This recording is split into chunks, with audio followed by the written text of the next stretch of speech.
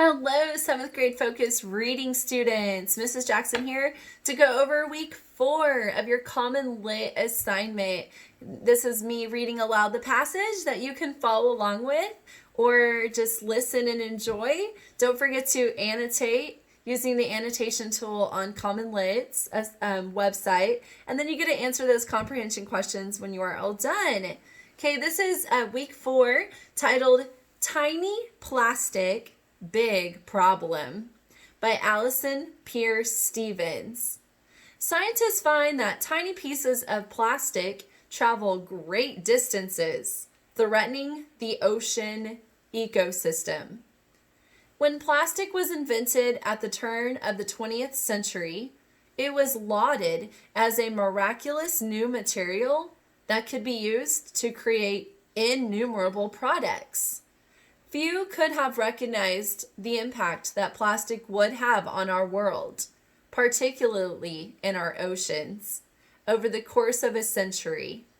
As you read, take notes on the problems that plastic has caused in the oceans and the potential solutions to them. So you guys, this is going to be an informational nonfiction passage. Okay, you've probably already gathered and understood that. So the purpose of this is to inform readers. And it's going to follow a text structure of problem and solution. So note the problem and note the solutions that are offered by the author as you read. And that might be something that you want to annotate, highlight some of the solutions and the problem in the passage. Paragraph 1. Notice that the paragraphs are numbered out to the left as they have been for all of our stories and passages that we've read, except for the poem, of course, last week. So paragraph 1. Plastic bottles lying in the gutter, grocery bags tangled in branches, food wrappers scuttling across the ground on a windy day. Although such examples of litter easily come to mind, they only hint at the serious and growing problem of plastic pollution, a problem mostly hidden from view. The problem with plastics is that they don't easily degrade. And remember, the words that have the blue boxes besides them with the numbers, click on those and read the definitions or the denotations of those unknown words. And you might know the words' meanings, by the way, but you might just want to click on those boxes just to check your understanding and just to verify that, yeah, you knew what it was. And perhaps, if you were wrong, then you'll learn the right definition. They may break down, but only into smaller pieces. The smaller those pieces get, the more places they can go. Many pieces wind up at the sea. Tiny bits of plastic float throughout the world's oceans. They wash up on remote islands. They collect in sea ice thousands of kilometers from the nearest city. They even meld with rock, creating a whole new material. Some scientists have proposed calling it plastoglomerite. Exactly how much plastic is out there remains a mystery. Scientists are hard at work trying to find out. So far, though, experts haven't found as much plastic floating in the oceans as they expected. All that is missing plastic is worrisome, because the smaller a plastic bit becomes, the more likely it will make its way into a living thing, whether a tiny plankton or an enormous whale. And they may spell some real trouble. Here we have our first subheading that is in bold and bigger font. Don't forget to read those subheadings. They're very important because in a passage, they tell us the main idea of that paragraph. So it gets our brains thinking about what we're about to read about. So always, always read the subheadings to yourself or out loud when you're reading. Don't just skip over them. Into the soup. Paragraph 5. Plastics are used to make countless everyday products, from bottles to auto bumpers, from homework folders to flower pots. In 2012, 288 million metric tons, 30 317.5 million short tons of plastic were produced worldwide. Since then, that amount has only grown. Just how much of that plastic winds up in the oceans remains unknown. Scientists estimate about 10% does, and one recent study suggests as much as 8 million metric tons, 8.8 million short tons, of plastic wound up in the ocean in 2010 alone. How much plastic is that? 5 plastic bags filled with plastic for every foot of coastline in the world, says Jenna Jambak. She's the researcher from the University of Georgia in Athens who led the new study. It was published February 13 in Science. Of those millions of tons, as much as 80% had been used on land. So how did it get into the water?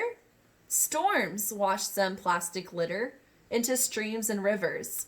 These waterways then carried much of the trash downstream to the sea. The other 20% of plastic ocean trash enters the water directly. This debris includes fishing lines, nets, and other items lost at sea, dumped overboard or abandoned when they became damaged or are no longer needed. Once in the water, not all plastics behave the same way. The most common plastic, polyethylene, terephthalate, or PET, is used to make water and soft drink bottles. Unless filled with air, these bottles sink. This makes PET pollution tough to track. That's especially true if the bottles have drifted to the ocean depths.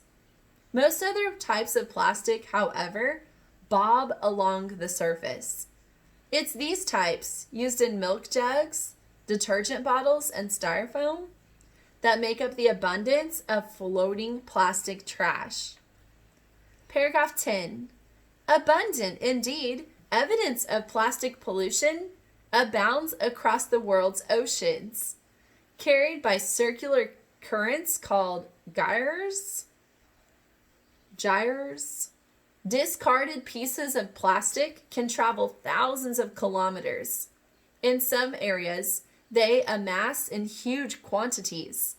Reports on the largest of these, the Pacific Garbage Patch, are easy to find online. Some sites report it to be twice the size of Texas, but defining the actual area is a difficult task. That's because the garbage patch is actually quite patchy. It shifts around, and most of the plastic in that area is so tiny, it's hard to see. Millions of tons gone missing. Recently, a group of scientists from Spain set out to tally just how much plastic floats in the oceans. To do so, the experts traveled the world's oceans for 6 months. At 141 locations, they dropped a net into the water, dragging it alongside their boat. The net was made of very fine mesh. The openings were only 200 micrometers across, and this allowed the team to collect very small bits of debris. The trash included particles called microplastic. The team picked out the plastic pieces and weighed the total found at each site. Then they sorted the pieces into groups based on size. They also estimated how much plastic might have moved deeper into the water, too deep for the net to reach, due to wind churning up the surface. What the scientists found came as a complete surprise. Most of the plastic is lost, said Andres Cozar. This oceanographer at the Universidad de Cádiz in Puerto Real, Spain, led the study. The amount of plastic in the oceans should be on the order of millions of tons, he explains. However, the collected samples lead to estimates of just 7,000 to 35,000 tons of plastic floating at sea. That's just 1/100th of what they had expected. Most plastic that Kozar's team fished out of these seas was either polyethylene or polypropylene. These two types are used in grocery bags, toys, and food packaging. Polyethylene is also used to make microbeads. These tiny plastic beads can be found in some toothpastes and facial scrubs. When used, they wash down the drain. Too small to be trapped in filters at wastewater treatment plants, microbeads continue to travel into rivers, lakes, and eventually down to the sea. Some of the plastic would have been too small to have been caught in Kozar's net. Paragraph 15. Most of what Kozar's group found were fragments broken from larger items. That comes as no surprise. In the oceans, plastic breaks down when it's exposed to light and wave action. The sun's ultraviolet UV rays weaken the otherwise strong chemical bonds within the plastic. Now, when waves smash the chunks against each other, the plastic breaks into smaller and smaller pieces. When the Spanish team began sorting its plastic by size, the researchers expected to find larger numbers of the very smallest pieces. That is, they figured that most of the plastic should have been tiny fragments, measuring just millimeters, tenths of an inch in size. The same principle applies to cookies. If you were to smash a cookie, you would wind up with many more crumbs than you would large pieces. Instead, the scientists found fewer of these tiny bits of plastic. What happened to them? Entering the food web. Kozar proposes several possible explanations. The tiniest bits might have broken down quickly into particles too small to catch in his net. Or maybe something caused them to sink. But a third explanation seems even more likely. Something ate them. Paragraph 20. Unlike the organic matter found in living things, plastics do not provide energy or nutrients to growing animals. Still, critters do eat plastic. Sea turtles and toothed whales gulp down plastic bags, mistaking them for squid. Seabirds scoop up floating plastic pellets, which can resemble fish eggs. Young albatross have been found dead from starvation, their stomachs full of plastic garbage. While feeding, adult seabirds skim floating trash with their beaks. Parent birds then regurgitate the plastic to feed their young. These plastic bits eventually can kill them. Yet such large animals wouldn't eat pieces just millimeters in size. Zooplankton might, however.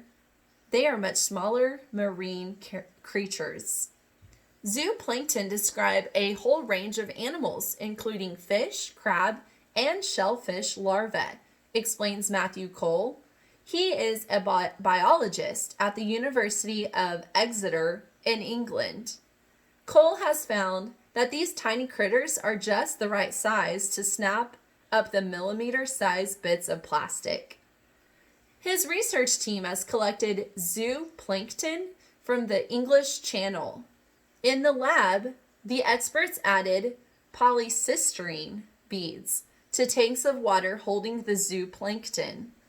Polystyrene is found in styrofoam and other bands of foam. After 24 hours, the team examined the zooplankton under a microscope. 13 of the 15 zooplankton species had swallowed the beads.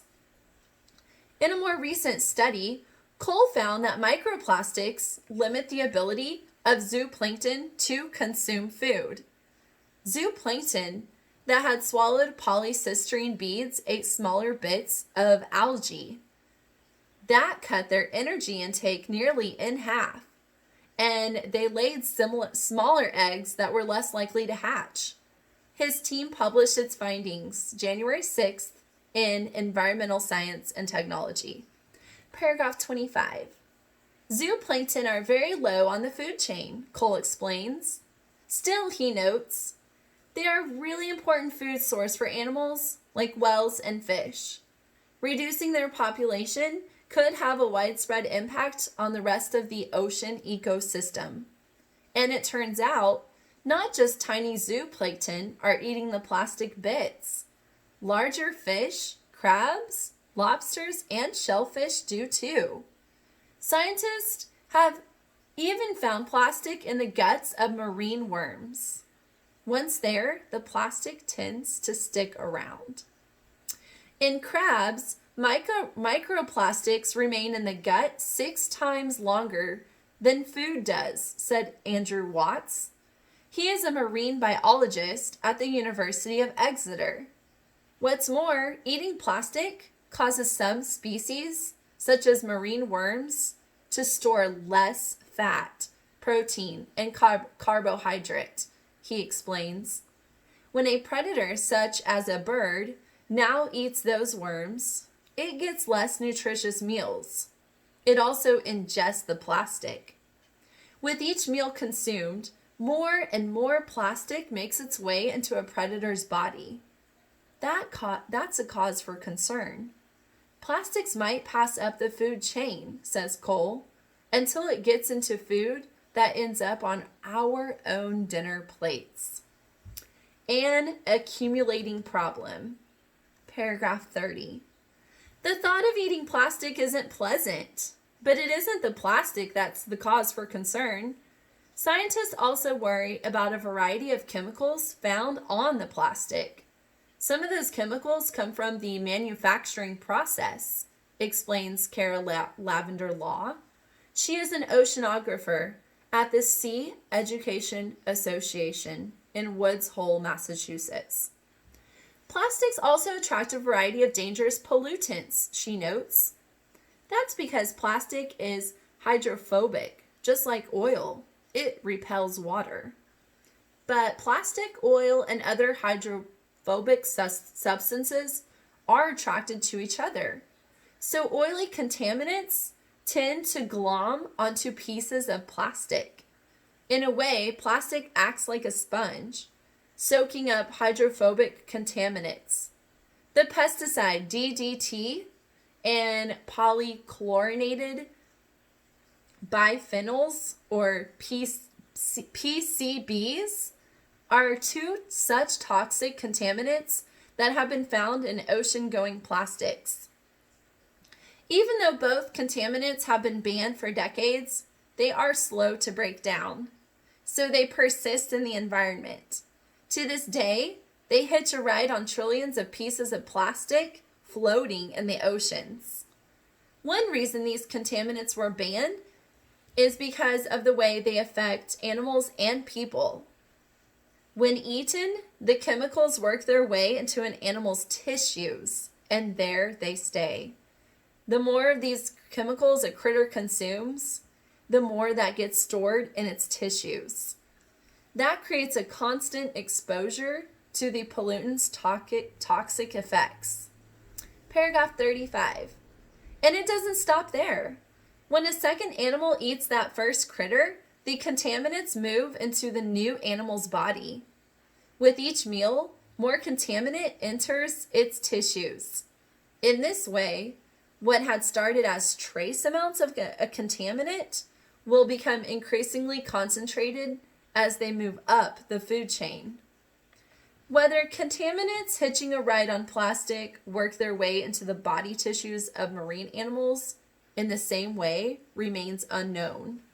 But scientists are concerned that they might. Just how much of these chemicals in marine organisms came from eating contaminated plastic and how much from eating contaminated food is a big question, says Law, and no one yet knows whether the problem affects people. Last section, managing microplastics. The very nature of microplastics makes cleanup impossible. They are so tiny and so widespread that there is no way to remove them from the seas, notes Law. The best solution is to prevent more plastic from reaching the ocean. Trash traps and litter booms can snag garbage before it enters waterways. Even better, reduce plastic waste at its source. Be aware of packaging and buy items that use less of it, Law suggests. Skip the plastic bags, including zippered ones, for foods. Invest in reusable water bottles and lunch containers. And say no to straws. Law also recommends asking restaurants to stop using polystyrene foam containers. These break up quickly and are not recyclable. Talk to friends and parents about the problems of plastic. And pick up litter when you see it. Paragraph 40. Law recognizes that reducing plastic use won't be an easy change. We live in an era of convenience, she says, and people find it convenient to throw things away when they're done with them. That's not to say that we should do away with plastic altogether. Plastic has a lot of beneficial use, says Law. But people need to stop looking at plastic as disposable, she argues. They need to view plastic items as durable things to hold on to and reuse. And that's the end of the passage. So good job staying with me. That was really long, but you can scroll down to the notes at the bottom in the footer, and that will give you the important words and phrases and some definitions that you might need to know to comprehend the story. So don't forget to annotate anything you find interesting or important, the problems, some of the suggested solutions that we can do to help this plastic problem and help the environment. And then there are some comprehension questions for you to answer. So enjoy your day and message me on Canvas if you have any questions, okay? Bye.